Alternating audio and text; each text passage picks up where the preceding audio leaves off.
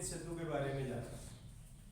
ठीक है, heat strain सेतु के बारे में जो हम लोगों ने कल जाना, थोड़ा कल का रिवीजन आइए, क्योंकि इसी पे आधारित मीटर सेतु आज आपका विषय है। हीट स्ट्रेन सेतु के बारे में जो बात कल आई उसमें आप लोगों ने ये देखा कि हीट स्ट्रेन सेतु जो है ये एक बीच में इसके कहीं कहीं एक प्रतिरोध आपको दिखाई देता है, और अगर इन ए से सी तक के तुल्य प्रतिरोध की अगर गणना की जाए, निकालना हो, तो एक समस्या आपके सामने आती थी कि ये बी से जो सी डी तक ये आपका प्रतिरोध है, ये न तो समांतर या पार्श्व जिसको आप कहते हैं समांतर श्रेणी में हम इसको मान करके चलें, समांतर क्रम में या श्रेणी क्रम में, ये समस्या आपके सामने आ रही थी। आप ही के सामने नहीं, वैज्ञानिकों के सामने भी ये बात आई।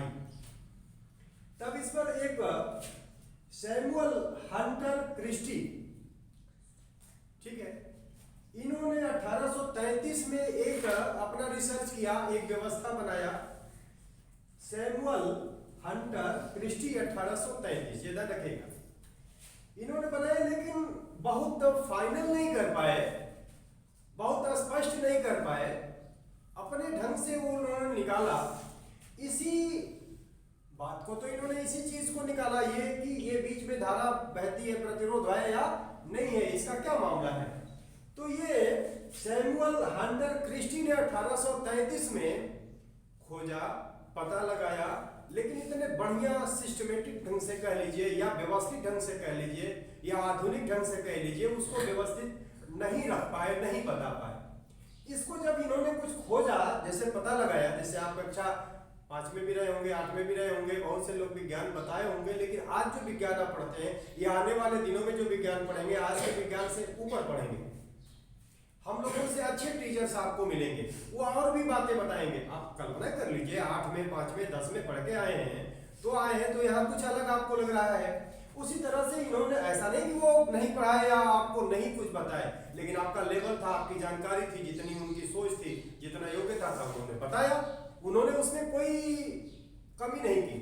उसी तरह से सैमुअल हंटर क्रिस्टी ने 1833 में इस विषय पर कुछ पता लगा लिया था, लेकिन इसको आधुनिक ढंग से, बढ़िया ढंग से, अच्छे ढंग से जो रिप्रेजेंट किया वो थे व्हीट स्टोन सेतु।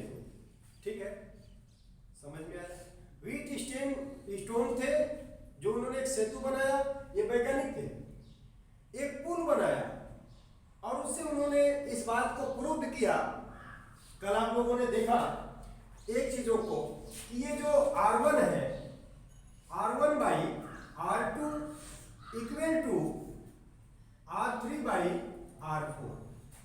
ठीक है, अगर ऐसा है तो जो B से D के तरफ, यानी B से D के तरफ जो धारा जा रही है, वो धारा क्या है, I3 जो है वो 0 है। यही उन्होंने प्रूव किया। उनका व्हीट स्ट्रेन सेतु का मामला था कि ये जो आप धारा ही नहीं बहेगी तो प्रतिरोध होगा ही नहीं। तो उन्होंने इस बात को प्रूव किया कि अगर R1 बाई R2 है, यानी ये वाला प्रतिरोध और ये वाले प्रतिरोध का अनुपात इस वाले प्रतिरोध और इस वाले प्रतिरोध के अगर बराबर है, तो इसमें कोई धारा नहीं बह रही। व्हीट स्ट्रेन सेतु का इतना मामला था। इसी व्हीट स्ट्रेन सेतु को जब युक्ति में बनाया गया, बदला गया, उपकरण में बदला गया, युक्ति एक मशीन में, एक यंत्र में जब बदला गया, तो उसका नाम दिया गया मीटर सेतु। बात समझ में आया। बात यही है, व्हीट स्ट्रेन सेतु, इसी को जब युक्ति में, जब यंत्र में बदल करके निकाला गया, बनाया गया, तो इसका नाम लोगों ने दिया क्या, मीटर सेतु। ओके, बात समझ में आ गई।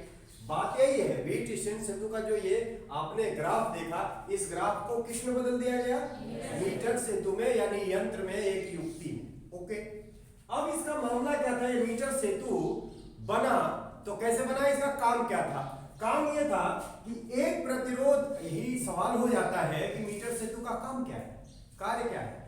एक ज्ञात प्रतिरोध अगर आपके पास है तो दूसरे अज्ञात प्रतिरोध का पता कैसे लगाएं, इसी को पता लगाने के लिए मीटर सेतु आया।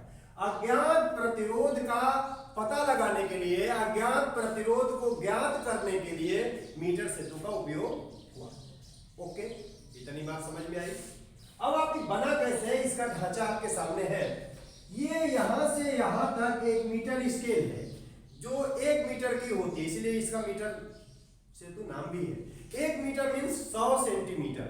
ये यहां से यहां तक का जो स्केल है वो कितने का होता है?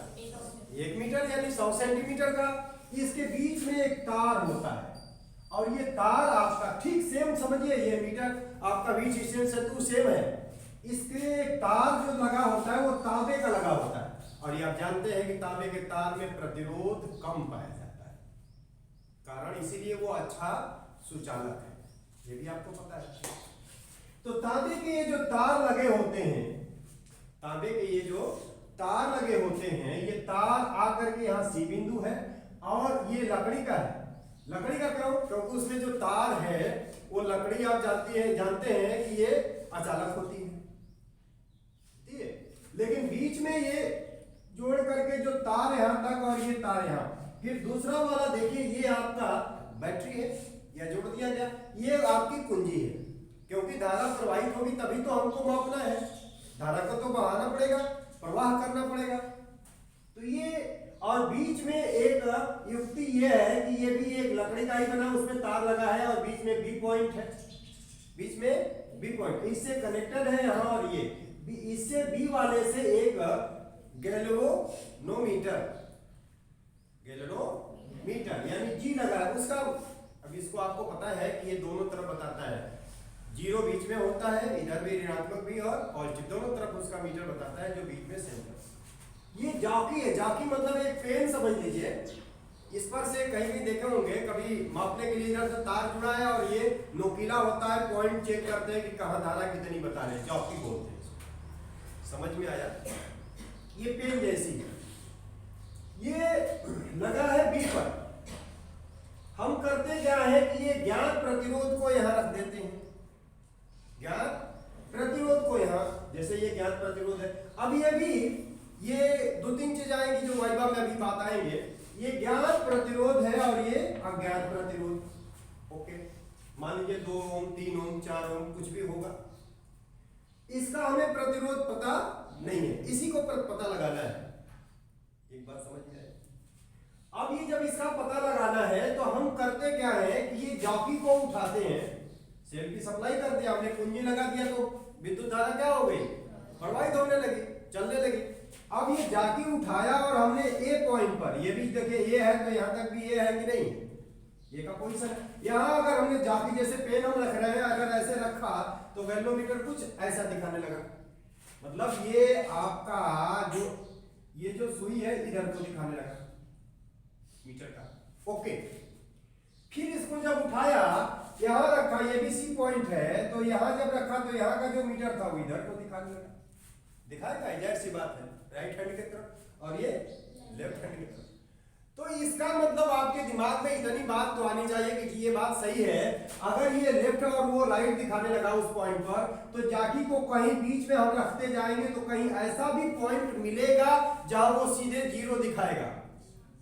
ओके, अरे इतनी बात तो कॉमन सेंस की बात है ये ना, यहाँ लेफ्ट को अगर दिखा रहा है वहां राइट को दिखा रहा है, तो इसका मतलब कि जाकी अगर पेन यहाँ यहाँ यहाँ ऐसे रखते जाए, कहीं किसी बिंदु पर किसी पॉइंट पर अगर हम रखते हैं तो वहां तो जीरो दिखाएगा कि नहीं दिखाएगा? ओके, दिखाएगा। मान लिया हम यहाँ जाकी को रखा, जाकी को यहाँ रख दिया, अगर यहाँ रख दिया जैसे ऐसे हम कर ले कि ये पेन हमने यहाँ रख दिया और ये यहाँ से ऐसे इसको कनेक्टेड कर देते हैं, यही वाली है पेन, यही वाली है जो आपके सामने, ठीक है। अब वो उठ नहीं सकती क्योंकि ग्राफ पर है, तो यहाँ ले आकर के अगर इस पॉइंट पे मैंने रखा तो ये आपका क्या एकदम सीधा जीरो बताने लगा। ओके, उसने इस बात को नोट किया, तो कहा कि यहां से जो ये जीरो होता है ना स्केल में, यहां से यहां तक की दूरी को उसने अगर उठाया तो कहा कि L सेंटीमीटर है। कितना है? ओके, ठीक है। अब ये कॉमन सेंस की बात कि इधर का जो भाग होगा यहां से लेकर के, आप बहुत जानते हैं कि यहां से यहां अगर 100 सेंटीमीटर है और ये L है, तो इसके यहां तक के बीच की क्या होगी, 100 में से माइनस कर दिया यल। बोलिए, बात तो वही है ना कि अगर यहां से यहां तक की जो दूरी है, जो लंबाई है, वो कितनी है, यल सेंटीमीटर है, तो यहां से यहां तक की कितनी होगी, कॉमन सेंस की बात भाई, वो तो दोनों मिलकर सवाल के नहीं है, घटा दिया तो इतनी हो गई। अब इस बात को जब नोट कर लिया तो उसने अब शुरू किया कि देखिए सेम कंडीशन, आप जानते हैं कि ये R1 बाई R2, अब यहां जीरो बताने का क्या मतलब कि इस बिंदु पर कोई भी धारा प्रवाहित नहीं हो रही। ओके, यही बात ना। तो ये हो गया, मान लेते हैं कि ये क्या है, R1 है और ये क्या है, R2 है। इसने क्या किया, अब जब यहां जीरो कर लिया तो उसने देखा, अब ये बात रहने दीजिएगा, इसी आधार पे उसने लिखा R1 बाई यल, नहीं लिखेगा भाई, ये भी तो प्रतिरोध है ना। अच्छा, आपको ये भी प्रतिरोधों का भी बारे में पता है कि जो भी प्रतिरोध होगा वो विशिष्ट प्रतिरोध और प्रतिरोध। ओके, हाँ, एक बात और जानिएगा, प्रतिरोध जो होता है, प्रतिरोध तार की यानी चालक की लंबाई और मोटाई पर निर्भर है, लेकिन विशिष्ट प्रतिरोध पदार्थ पर निर्भर करता है। पदार्थ पर, जैसा पदार्थ होगा उसमें विशिष्ट प्रतिरोध अलग अलग होगा। जैसे तांबा है, एल्युमिनियम है, लोहा है, पदार्थ पर निर्भर है विशिष्ट प्रतिरोध। बहुत सा एक सवाल आ जाता है, छोटी छोटी बात है आपके सामने, बहुत बड़ी बात नहीं है, आपने नीचे पढ़ के देखा होगा, लेकिन छोटी बात, जो प्रतिरोध होता है वो चालक के लंबाई, मोटाई आदि पे निर्भर है, लेकिन जो विशिष्ट प्रतिरोध है वो पदार्थ पर निर्भर है कि कैसा पदार्थ है, तांबा है, सोना है, चांदी है, XYZ, वो पदार्थ पर निर्भर है, उसकी मोटाई और पतलाई पर नहीं। इसीलिए कभी कभी सवाल हो जाता है, एक सेकंड इसको रोक के, कभी कभी बहुत से लोग वाइवा में सवाल आपसे करते हैं कि तार चालक की अगर लंबाई यानी तार की लंबाई बढ़ा दी जाए तो विशिष्ट प्रतिरोध पे क्या असर पड़ेगा, कुछ नहीं। कारण, क्योंकि सर चालक, आपको जवाब देना पड़ेगा सर, चालक की लंबाई, मोटाई यानी पृष्ठीय क्षेत्रफल या जो भी हो, उस पर कोई उसका असर नहीं होता। विशिष्ट प्रतिरोध प्रभावित होता है या बदलता है तो पदार्थ के बदलने पर बदलता है, पदार्थ में वो गुण है, पदार्थ पर निर्भर करता है विशिष्ट प्रतिरोध, उसके मोटाई, उसके लंबाई पर निर्भर नहीं करता। जवाब मिला आपको। अब ये जब जीरो बताया तो इसने कहा कि ये तब तो हमारा ये होना चाहिए, ठीक है। कभी कभी एकांक प्रतिरोध को भी लोग यहां अगर मानना चाहें तो मान ले, बाद में वो कैंसिल आउट हो जाता है कि एकांक प्रतिरोध यक्स है। माना एकांक प्रतिरोध क्या है, यक्स है। एकांक प्रतिरोध यक्स होगा तो ये अगर एकांक होगा तो यल में कितना प्रतिरोध होगा, यल यक्स होगा। ओके, चलिए लिख लेते हैं। बहुत से लोग कहेंगे कि आपने इसको छोड़ दिया, अब यह नीचे लिख लीजिएगा कि माना एकांक प्रतिरोध कितना है, यक्स है, तो यहां आप कर सकते हैं कि जी यल यक्स, चलिए ठीक है, बराबर अगर ये R3 है कि नहीं है, ये R क्या है, 2 है, R2 है, ठीक है, या R3 उसको जो भी मान लीजिए, ये हम R3 यहाँ लिखा है तो वही आपको अच्छा रहेगा समझने में कि ये R क्या है, 3। ओके, वो तो नाम देना है ना हमको तो नाम देना है, जो भी नाम आएगा वो तो नाम रखते हैं, उसका विषय तो है नहीं, लेकिन यहाँ समझने के लिए R3 मैंने लिख दिया।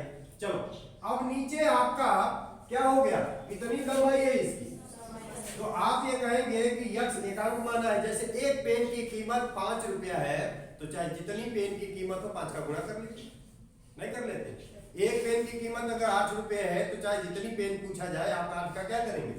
तो हम अगर एकांक प्रतिरोध मान लेते हैं यक्स, तो यक्स का अगर यहाँ गुणा करेंगे किसमें, 100 माइनस यल में, तो ऐसे हो गए। तो यहाँ ऐसे ही ये कैंसिल कर देते हैं, समझ में आया, तो वो तो कैंसिल ही है, गुणा करेंगे तो भी आएगा।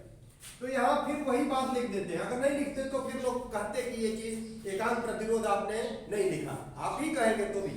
तो ये बटे में आपका क्या हो गया, यल बराबर हो गया R3 बाई 100 माइनस यल।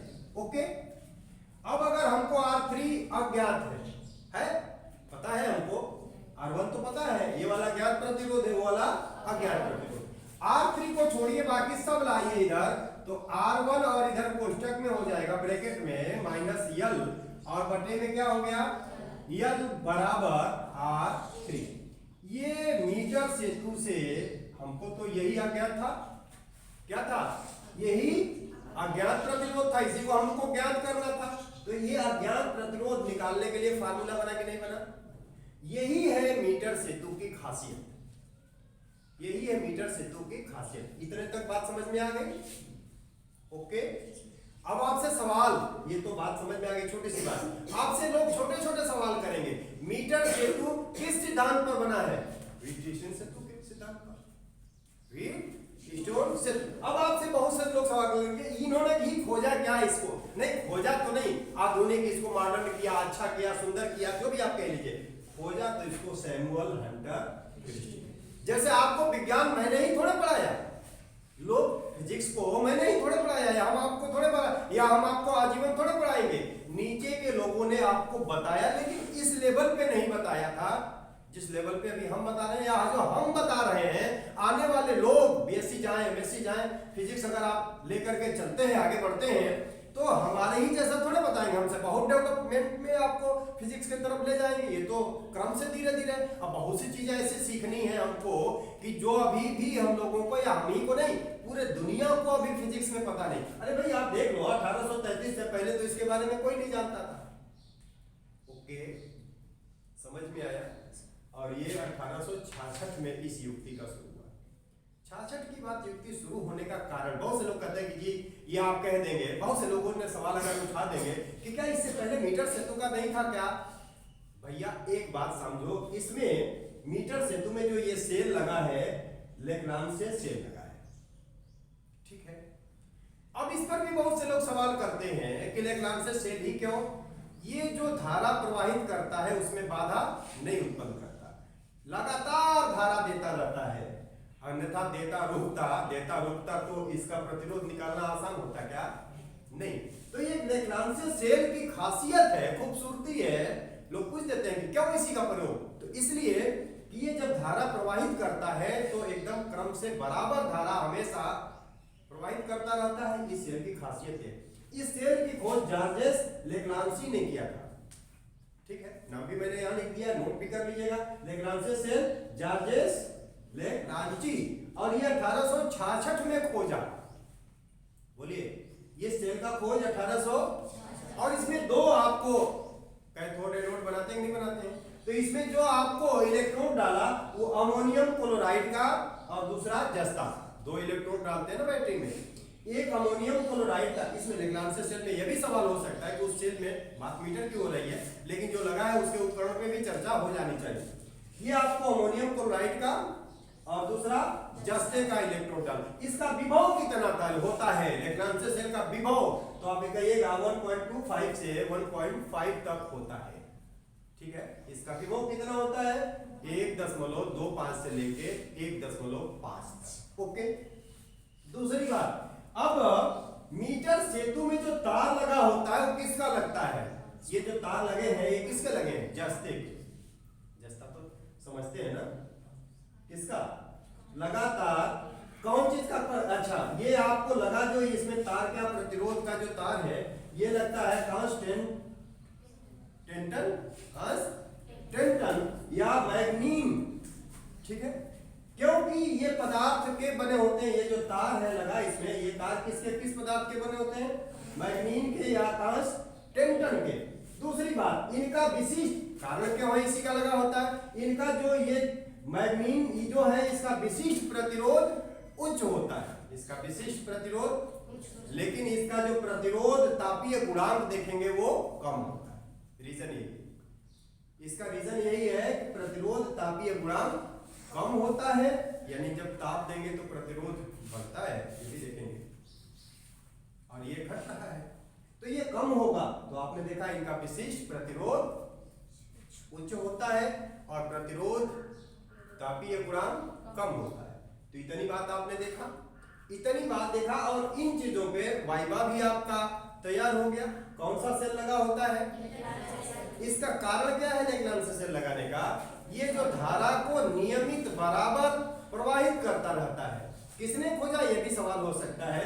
ये जो तार लगे हैं वो किसके लगे हैं, कांस्टेंटम के या मैग्नीट के। ओके, और ये मीटर सेतु का काम क्या है, मीटर सेतु का प्रयोग क्यों करते हैं, अज्ञात प्रतिरोध को ज्ञात करने के लिए। और ये किस सिद्धांत पे काम करता है, ठीक है, इतनी बात समझ में आई। तो यही आपका आज का रहा मीटर